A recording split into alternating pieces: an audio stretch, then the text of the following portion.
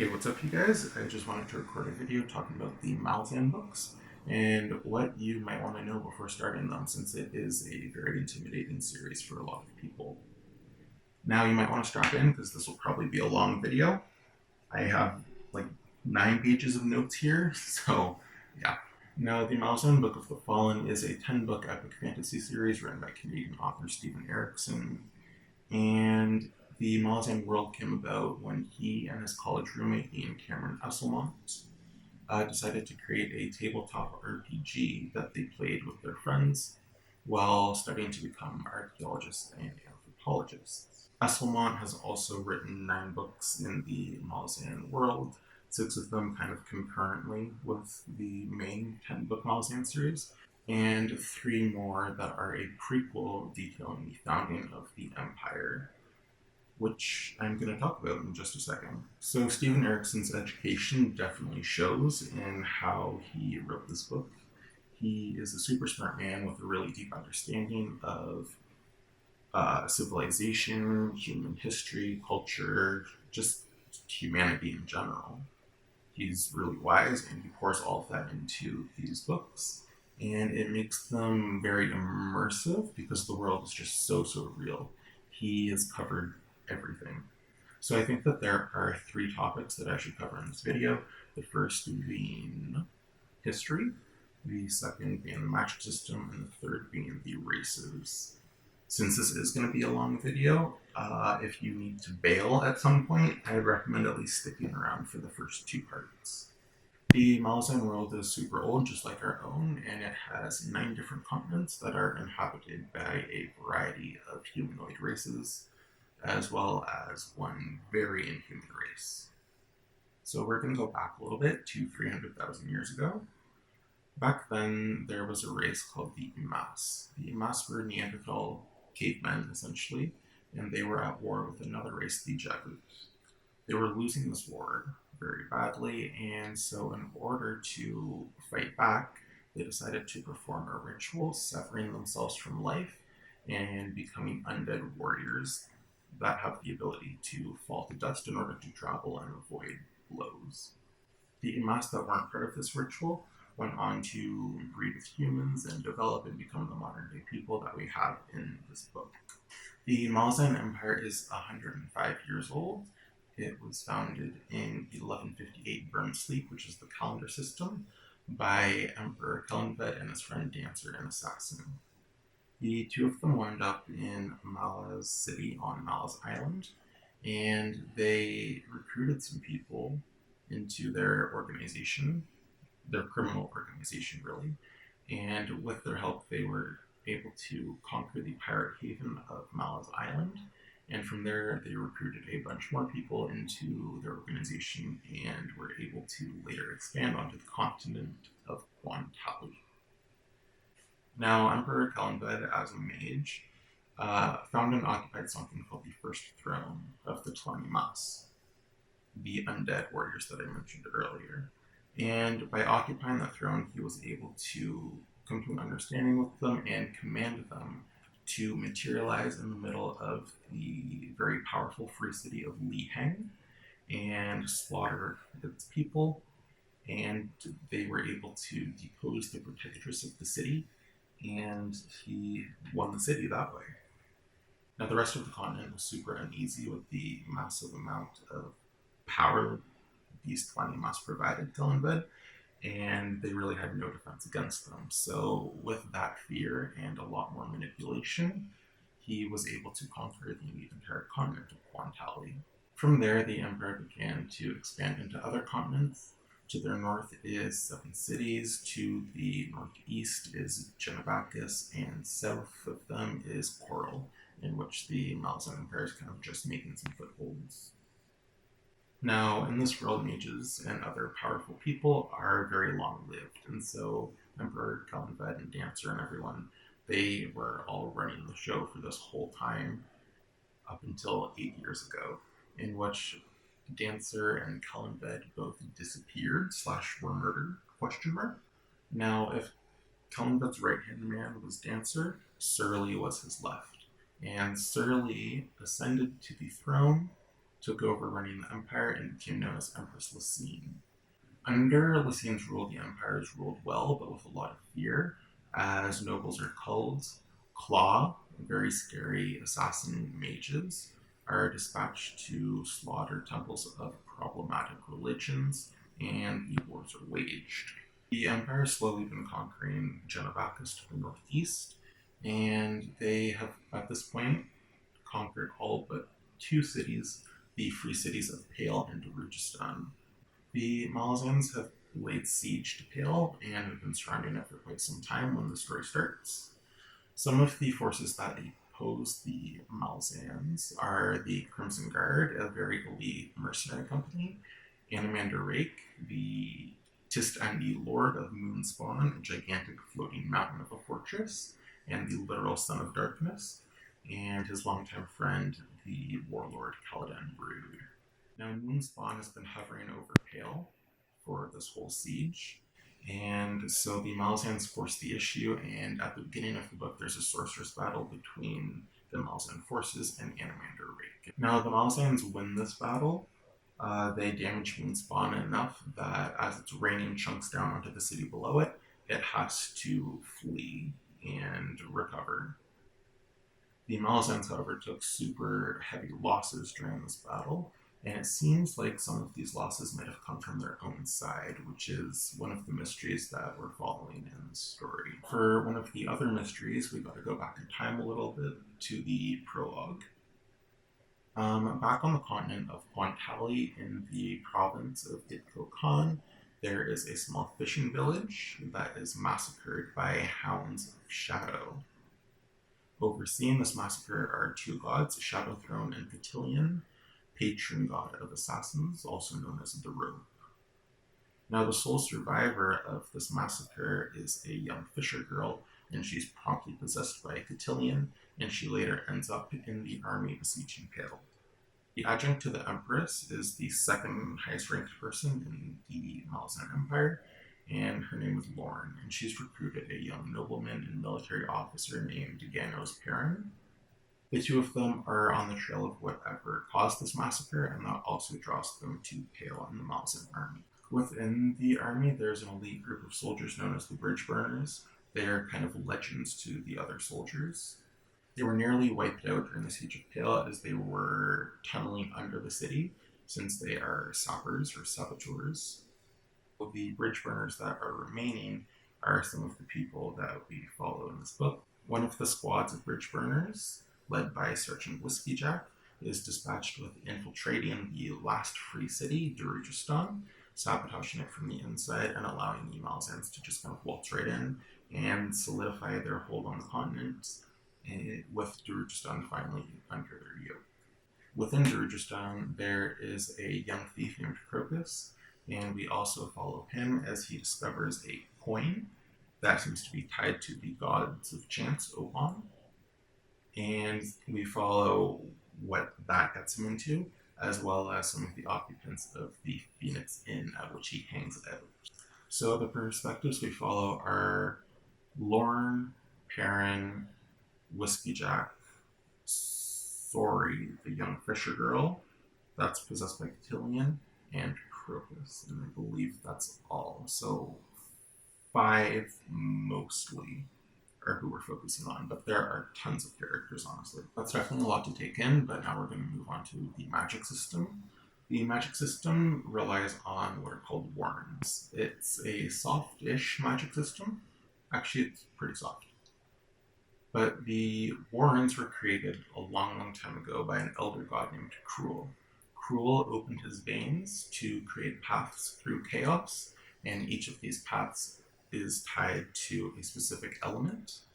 Mages in this world are able to draw on whatever warren or warrens they have access to, and they're able to draw power from it, take it inside themselves, and use it for whatever sorcery they really need. But what's really cool about warrens is they are almost like other layers of reality. They're physical places that mages can access.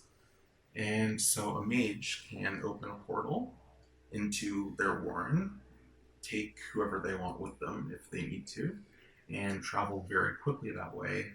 Imagine every one step you take, you move like 10,000 steps. So it's a really great way to travel. But the danger comes from if the mage dies within that warren, anyone traveling with them will be trapped there, since only the mage can open the portal back into the regular Malazan world. Humans have access to around 10 warrens. Think darkness, light, shadow, sky, fire, etc. However, there are also elder warrens slash racial warrens, of which only that race has access to.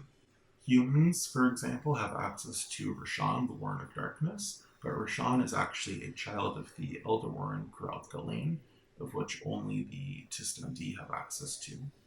Now, I mentioned the warrens already, but the entire pantheon of gods in the Malazan world also kind of have a part to play in the magic system, as there are things called high houses. High houses are distinctions within the pantheon, but they're also a division within the deck of dragons, which is a kind of divination tarot system in this world. Some of the gods are rulers of an entire warren. Shadowthrone, for example, rules Minas, and because he occupies that throne, he's able to command a lot of the creatures in the Warren of Shadow. So the deck of dragons, the divination system, is divided into a lot of these high houses, as well as some unaligned cards. These cards are obviously used for divination and telling the future. However, these cards also represent actual figures in the world, which I think is really cool. There is a card for Shadowthrone, for example, and then there are cards for his entire house, which may be occupied by other gods, other ascendants, or actual just humans. So a reading might just have a regular kind of telling of the future, but it may also represent actual people moving about in the world and how that is going to play out in the future. So it's always important to pay attention when you see a reading, because they kind of detail what's going to happen in the climax of the book, or at least the pieces that are going to make the climax happen. A concept in this world is that power draws power, almost like it has its own gravity. And so there's a phenomenon called convergence, and that's whenever some kind of godly interference or activity happens in one place, that will often draw other ascendants, other people, and gods to that location. And having a bunch of high powered people in one place makes for some interesting things. Now, ascendants are just what they sound like. They are people who have ascended not quite to godhood, but to a whole other power level. And so they may often be immortal, or they actually may be gods. The positions within the high houses can also change a lot too. And so if a role is vacant because someone dies, or if that person just falls out of favor or whatever, someone else can occupy that position, and they may have powers granted to them, or they may not even know it. It's always super interesting for me anyway. I think that's all to explain, so I'm going to move on to races finally. So we learned throughout the series that there are 4 founding races, as well as 3/4 invading races. The invading races first are the Tist. The Tist were originally one people. They lived in their little realm, Kurald, but their queen threw herself off a cliff into chaos and returned as darkness incarnate, became known as the goddess Mother Dark. And when a certain event happened, all of her most kind of ardent, devout followers turned completely black skinned with silver hair and kind of mercurial eyes. Now, there's another Tistman called Baka Urusander, and he didn't really want this to happen, but he was kind of a rallying point for a lot of the people who opposed Mother Dark. And so he became known as Father Light and spawned the Tist-Leosen race, the Children of Light, while the Tist-Andi are the Children of Darkness. A civil war commenced, and that created the bastard children of Mother Dark and Father Light, the Tistadur, Children of Shadow. I forgot to mention this, but the followers of Father Light turned completely white-skinned with golden hair, and the Tistador Children of Shadow have gray skin. The Civil War got really gnarly, and so a lot of the Tist opened a portal into the Malazan world and came through in order to live here. Mother Dark, however, and Father Light for that matter, abandoned them, and now the Tist are very depressed, honestly. And since they're super long lived, I imagine they're only more weary of the world. One of the other invading races, kind of, are the Elaint. The Elaint are quite literally dragons. They can often be tied to a specific warren, and drinking the blood of a dragon, or Tiam, the mother of dragons, can grant the drinker the power to shapeshift. And so Anamander Rake, for example, is able to transform into a massive black dragon with a silver mane, which is kind of cool. As for the founding races, there are the Imas that I mentioned, the Jagat that they were at war with, the Forkrulasail, and the Kachin Shamal. Hey guys, my camera died and took a while to charge, so sorry for the change in lighting. But as for the races, we're going to speed through them. First up, we have the Imas. Those are the cavemen that I mentioned earlier, and they are the ones that perform that ritual becoming Tlanimas, Tlan meaning broken. And so these undead counterparts are still alive 300,000 years later, and let me tell you, they are very dry, both physically and conversationally in terms of their aptitude. So there's that. There's not too much to tell, really. The Tlanimas, like I mentioned, are undead. They wear furs and skins. They're mummified basically with like strands of hair hanging off of them, and they are able to turn into dust to travel. If that dust gets wet, then they cannot rematerialize until crossing the entire expanse of that water and returning to land. Also, they fight with flint swords, very large flint swords, and since they're undead, they have like insane stamina, and they can move super fast and whatnot.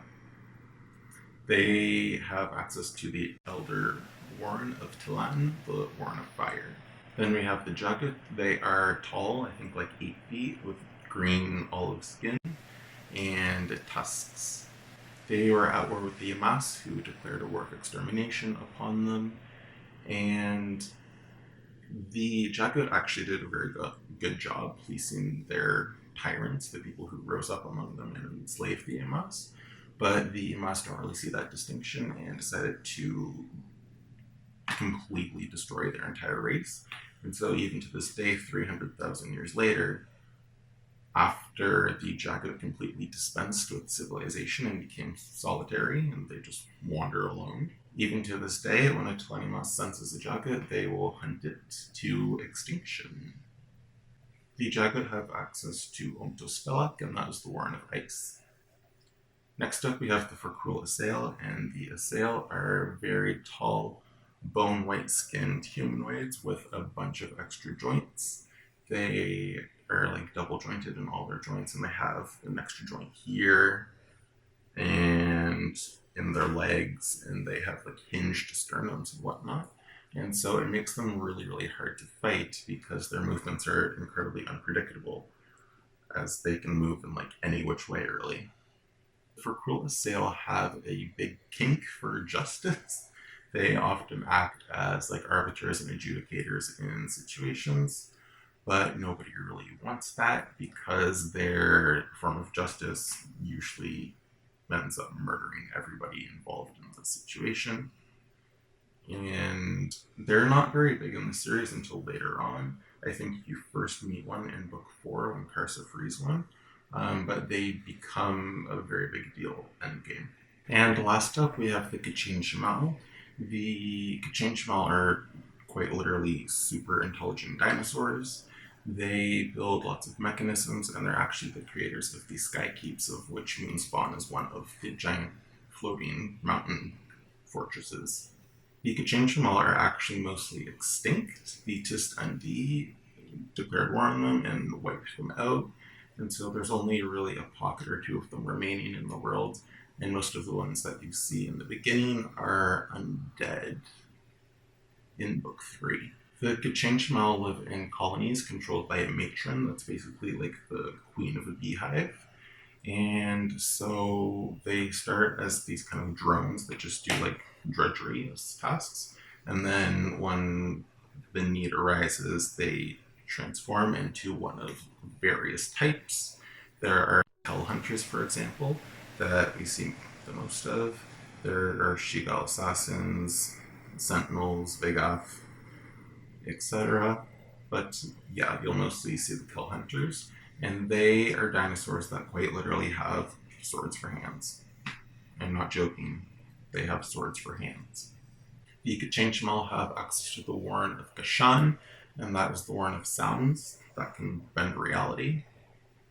Anyway, that's the last of them. Well, at least the last of them I'm going to talk about. There are a few others like the Thelem Toblukai, the Vargas, the Trell, ooh, and the Storm Riders. Those are cool. But you will learn about them soon enough, and also they are kind of an admixture of some of the other races. So that's all for now. Hopefully, this has helped you. I know that the series is really intimidating for a lot of people, so if this has encouraged anybody to actually start it, then that will make me really happy. This info should definitely help you out a bit. You'll hopefully be a little bit less confused when you're just thrown into the middle of the siege and Gardens of the Moon. So, with that, that's all. Bye. Ciao.